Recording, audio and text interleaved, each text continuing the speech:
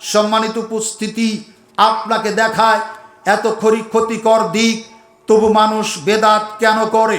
মোটামুটি 8টি কারণে আমরা বেদাত করি। 1, অজ্ঞতার কারণে। আমরা যতই তর্ক করি, আমরা যতই বিতর্ক করি, বুকে হাত দিয়ে বলুন, আপনার বাড়িতে অসংখ্য উপন্যাসের বই, নাটকের বই, অসংখ্য গানের বই, কবিতার বই, আপনার বাড়িতে খোঁজ করলে হয়তো একটা কোরআন মাজিদ পাওয়া যাবে না। আপনি খাঁটি মুসলমান, আপনি যে তরিকাতেই হোক, যেই পদ্ধতিতেই হোক সালাত আদায় করেন, হন আপনি হানাফি, হন আপনি শাফি, মালিকি, হাম্বলি, হন আপনি আহলে হাদিস, অসংখ্য নামাজি মানুষ আছে যাদের বাড়িতে নামাজ শিক্ষার কোনো বই পর্যন্ত নাই। কথা বলেন? এখন যদি হাত তুলতে বলি, দেখবেন 100 জন মানুষের, আমার একটা ধারণা, এই অত্যাধুনিক বাংলাদেশেও এখনো যত মানুষ আছেন, হয়তো 50% মানুষের বাড়িতে যেই দলমা তরিকা মাযহাব মানেন না কেন, নামাজ শিক্ষার বই বাড়িতে নাই।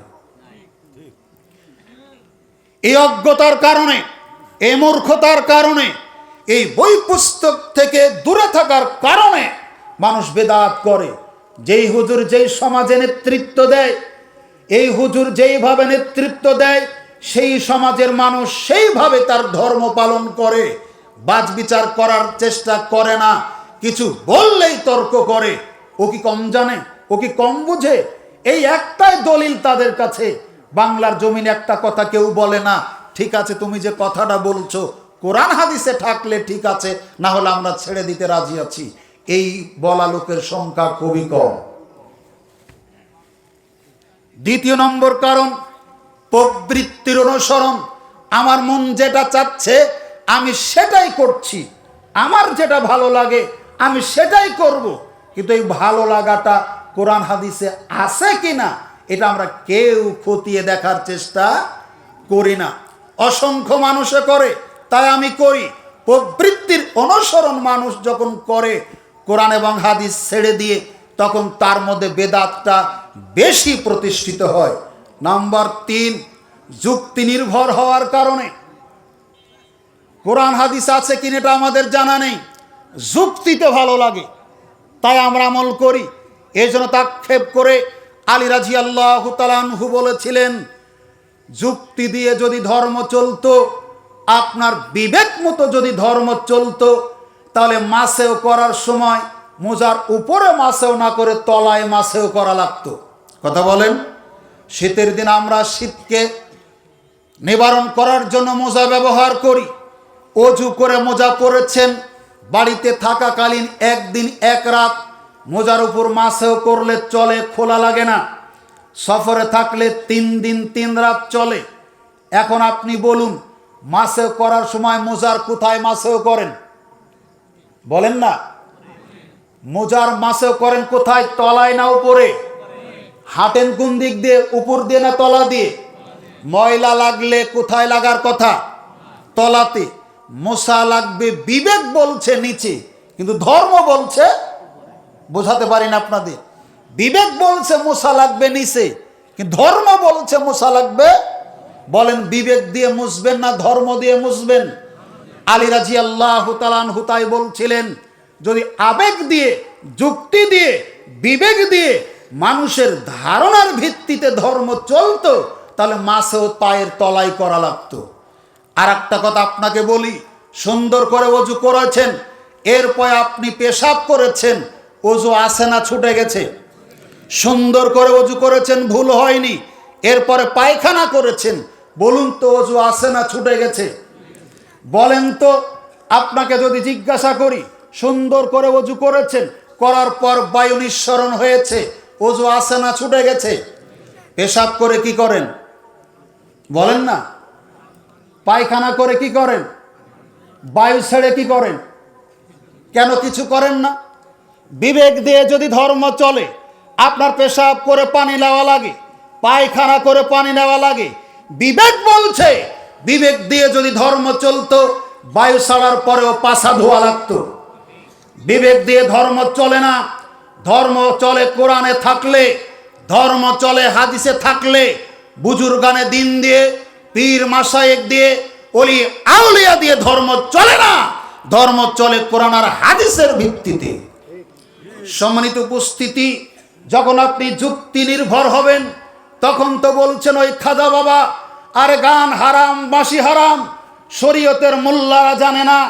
আল্লাহ ইসরাফিল ফেরেশতাকে বসিয়ে রেখেছেন, তার মুখে কি আছে? কথা বলেন, কি আছে?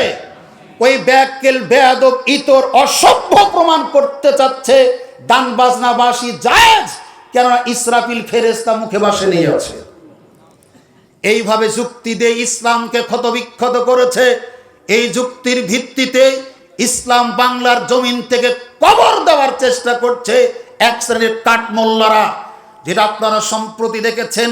এ ব্যাপারে বহু আগেই বলেছেন ইমাম আবু দাউদ রাহিমাহুল্লাহ, লাউলা হাযিহিল ইসাবাতুল আনদারাসুল ইসলামিয়া আনি আসহাবিল হাদিস, পৃথিবীতে যদি আহলুল হাদিসরা না থাকতো তাহলে আরো বহুদিন আগে দুনিয়া থেকে ইসলাম মিটে যেত। যেই সময় বাংলাদেশে সিনেমা, যাত্রা গান তৈরি করার পরে হুজুর ডেকে পাওয়া যায় দোয়া করার জন্য, যাতে করে সিনেমা মার্কেটে বাজারজাত হতে পারে। এ হুজুর না? এ আরবি জানে না? অবশ্যই জানে। এই কিসিমের হুজুর যখন এসেছে, তাদের ধারণায় ইচ্ছা মতো যেটা বলছে সেটাই যেন ধর্ম। তাদের জন্য পথের কাঁটা আহলে হাদিসরা, সালাফিরা, সঈমান হাজের যারা, তারা আজকের এই পৃথিবীতে অশান্তি সৃষ্টির মূলে তারাই দায়ী। সম্মানিত উপস্থিতি, আপনাকে বলছিলাম চতুর্থ নম্বর কারণ, মানুষ বেদাত করার পিছনে অন্ধ অনুসরণ। কি অনুসরণ? অন্ধ অনুসরণ। একে বলা হয় তাকলিদ, মানে হুজুর যেটাই বলে সেটাই ঠিক, কোরআন হাদিসে থাকলেও ঠিক, না থাকলেও ঠিক। হুজুর এক শ্রেণীর মানুষ আছে সুবহানাল্লাহ সুবহানাল্লাহ বলতেই আছে, নাউজুবিল্লাহ যখন বলা লাগে তখনও সুবহানাল্লাহ, আলহামদুলিল্লাহ যখন বলা লাগে তখনও সুবহানাল্লাহ, মানে সুবহানাল্লাহর ব্যাধিতে ওরে ধরেছে। দেখেন না, সালাম ফেরানোর পরে বলছে ভাই আপনারা বসবেন, সুন্নাত নামাজের পরে ইমান আমলের বয়ান হইব, শুনলে বহুত কি হবে বলেন? বহুত কি হবে? ভূত পয়দা হবে, বহুত ভূত পয়দা হবে। তাই তো হয়েছে। এই ভূত সরানো খুব কঠিন। সম্মানিত উপস্থিতি, মানুষ যখন একজন মানুষের অন্ধ অনুসারী হয়, তখন এই মানুষ হাজারো ধরনের বেদাত করে। যেমন একটা জিনিস আপনাকে দেখায়, এখান থেকে যান বিড়ালদহ মাজারে, এখান থেকে যান আমার নওগাঁর মান্দাউপুর উপজেলার ঐতিহাসিক কুসুম্বা মসজিদে, 5 টাকার নোটে যেটা দেখেছেন এটা আমার মান্দাতে।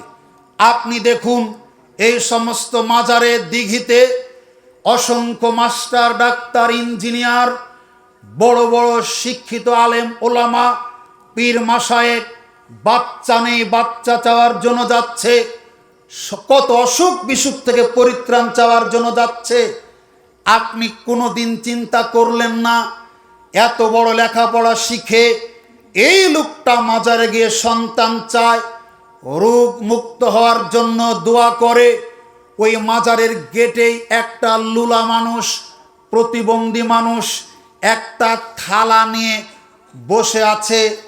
এই পথে যারা পা বাড়াবে তাদের কাছে কিছু ভিক্ষা চাওয়ার জন্য। বোঝাতে পারি না আপনাকে? বোঝাতে পেরেছি? আপনি কুসুম্বার মসজিদে যাবেন, এই গেটের বাহিরেই দেখবেন 2 দিকে ফকিরের লাইন, ভাঙ্গা চোরা থালা বাসন নিয়ে বসে আছে। বিড়ালদহ মাজারে যান, গেটের 2 দিকে অসহায় দরিদ্র মানুষেরা বসে আছে। ওই দরিদ্র মূর্খ আপনার প্রতিবন্ধী লোলা মানুষ, অশিক্ষিত মানুষের ঈমান বিবেক আপনার চাইতে লক্ষ কোটি গুণ বেশি ভালো। কারণ এই প্রতিবন্ধী লোকটা জানে বিড়ালদহ মাজারে টাকা পয়সা দিতে পারে না, এই জন্য ও টাকা পয়সা চাই কার কাছে? আরে কথা বলেন না কেন? আপনার আমার কাছে চায়, যারা দেখতে যায় তাদের কাছে চায়। আর আমার আপনার মতো আহমক যারা, ব্যাকেল যারা, ইতর যারা, অসভ্য যারা, তারা চাই হলো ওই মাজারে। বুঝাতে পারিনি? আপনি পীরকে খাওয়ানোর চাইতে কুত্তাকে খাওয়ান নেকি বেশি হবে। ওই পীরকে খাওয়ানোর চাইতে কুত্তাকে খাওয়ান নেকি বেশি হবে।